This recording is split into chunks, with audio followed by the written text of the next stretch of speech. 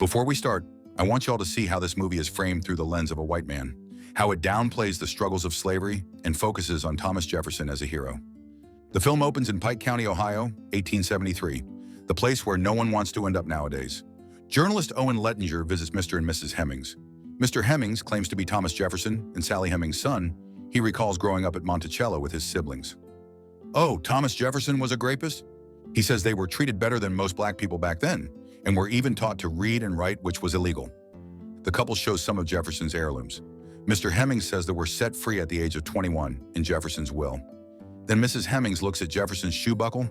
She softly sings a freedom song. The buckle transitions to Thomas Jefferson's arrival in France. Oh, look at all these men into drag, serving founding father realness.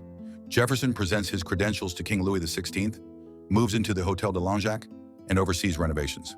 Jefferson and his daughter Patsy play an instrumental rendition of Moonbeam Ice Cream.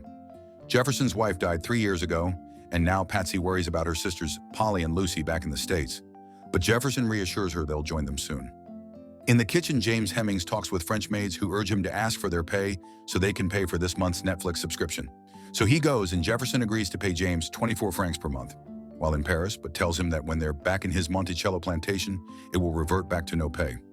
Preparations for a banquet follow. Women gossip over cards as Jefferson entertains guests with stories so boring, only white people would find it amusing. The Cosways arrive, having narrowly avoided a protest outside. Maria Cosway and her husband meet Jefferson and Patsy. Mr. Cosway is a raging bundle of sticks. Look at all that makeup and sass. The next day, Jefferson and Maria join aristocrats in a game, head versus heart. Someone teases Maria saying she has no heart, and Maria's husband chimes in, saying she got no head game. Maria and Jefferson have a deep exchange, and it derails the game, but draws laughter from the group. Later at church, Maria tells Jefferson she once dreamed of becoming a nun at 17, but Maria knew her kitty would ache for action, so she didn't go that route and chose art instead. After Jefferson opens up about his wife's death, Maria takes his hand to comfort him. Patsy walks in on the two and grows frustrated that her father seems to want to move on.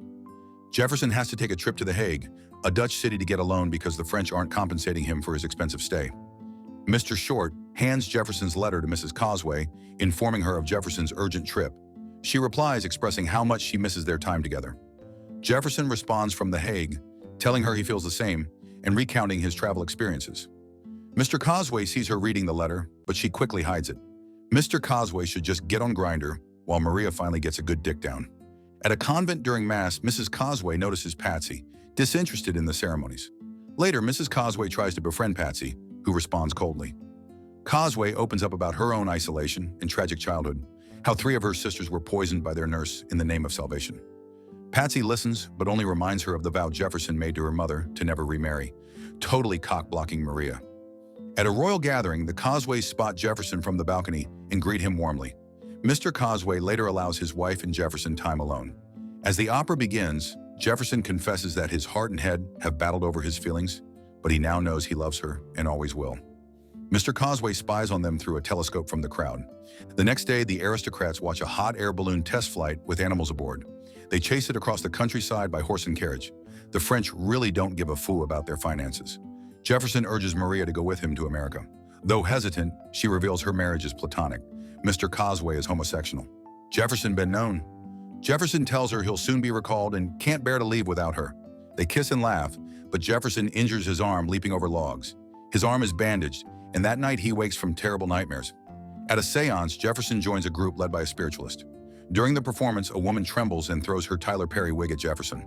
Frustrated, he stands and calls out the absurdity of the event. These people playing with Ouija boards while the commoners are starving.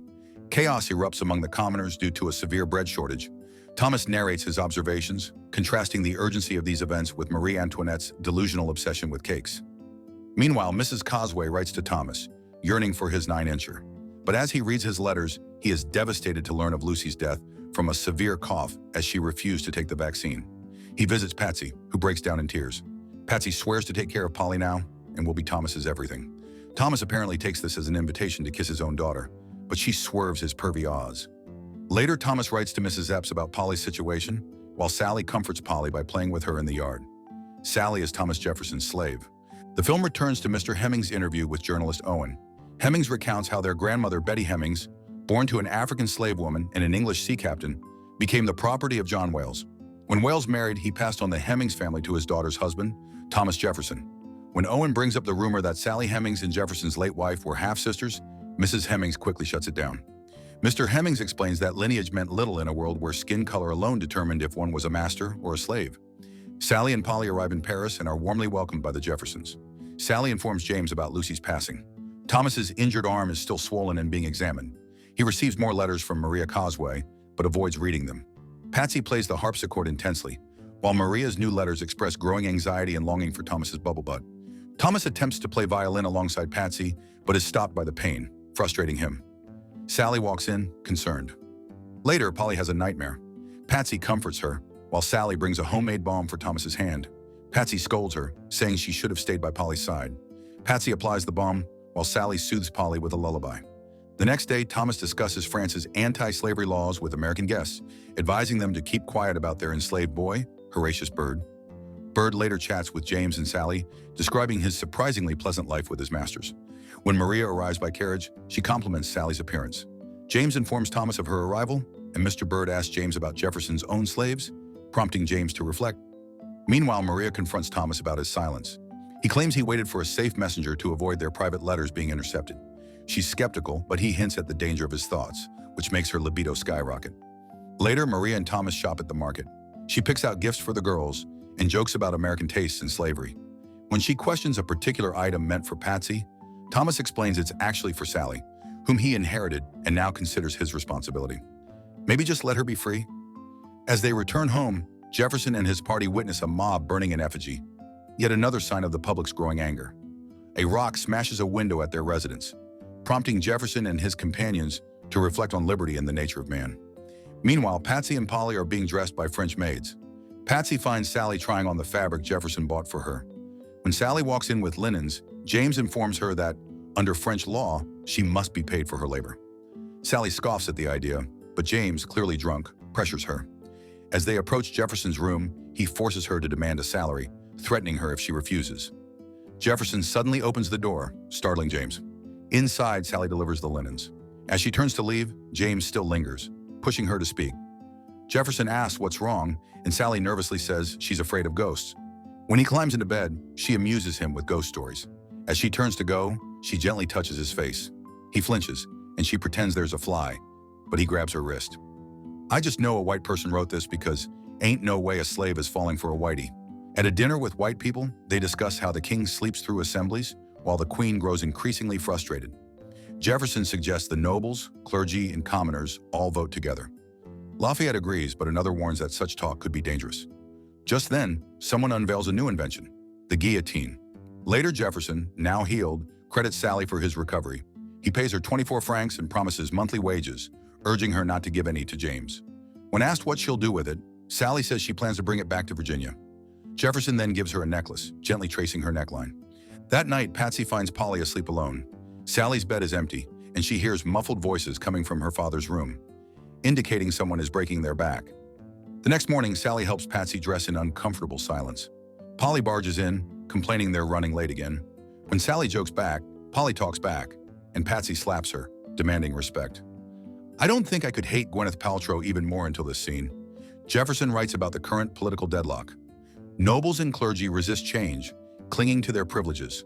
The queen urges the king to act, but the king declares that secular law cannot be altered or even questioned. Meanwhile, unrest boils over in the streets. Revolutionaries prepare to rally, marching with torches. Jefferson writes that their cries for liberty are fueled by hunger and injustice. The crowd captures and hangs a man, singing songs of revolt. The king retreats into the woods with his loyal band and barking dogs, feasting as a messenger delivers news of the revolution. Alone, the big-back king weeps. Back at Versailles, Lafayette and the nobles sing of liberty. Adrian offers Maria Cosway a potato flower. Maria paints an officer as Patsy arrives. She gives Patsy a portrait of Jefferson. Patsy reveals she's taking religious vows and doesn't want to return to Monticello due to its slave culture. Maria speaks of Jefferson's kindness, especially to Sally, which unsettles Patsy. She presses for more, but Patsy says it's unspeakable. Later, Sally enters Jefferson's room and intimately removes his shoes. You cannot convince me that Sally was into that man. The next day, Maria finds Sally picking corn. Jefferson arrives, shows Maria the crops, and tries to soothe her concerns about overstaying. But Maria is hurt. She declines his offering of corn and walks away.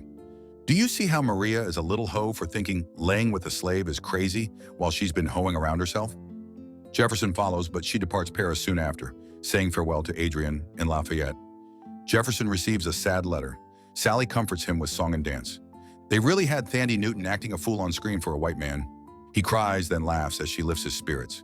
He pulls her to the bed and asks if she's still afraid of him, and she says she's not. That night, Jefferson pulls Patsy from the convent, arguing with the Mother Superior about liberty and religious freedom. Patsy is devastated. Later, Jefferson tells Patsy they're returning to America. He's been asked to serve as Secretary of State. Meanwhile, Sally tells James she's pregnant.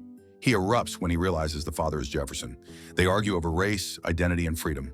James says they could stay in Paris to remain free. However, Sally says everyone is starving here. Plus, she misses her family. James goes to Jefferson about staying in Paris. Jefferson counter-proposes and agrees to free James as soon as they return to Virginia and promises Sally and her unborn child freedom after his death. James makes him swear on a Bible, with Patsy as witness. Jefferson returns to the U.S. and becomes Secretary of State, then President. Patsy marries her cousin, has 12 children, and runs Monticello. Maria travels through Europe, later founding a school in Italy. Though she and Jefferson corresponded, they never met again.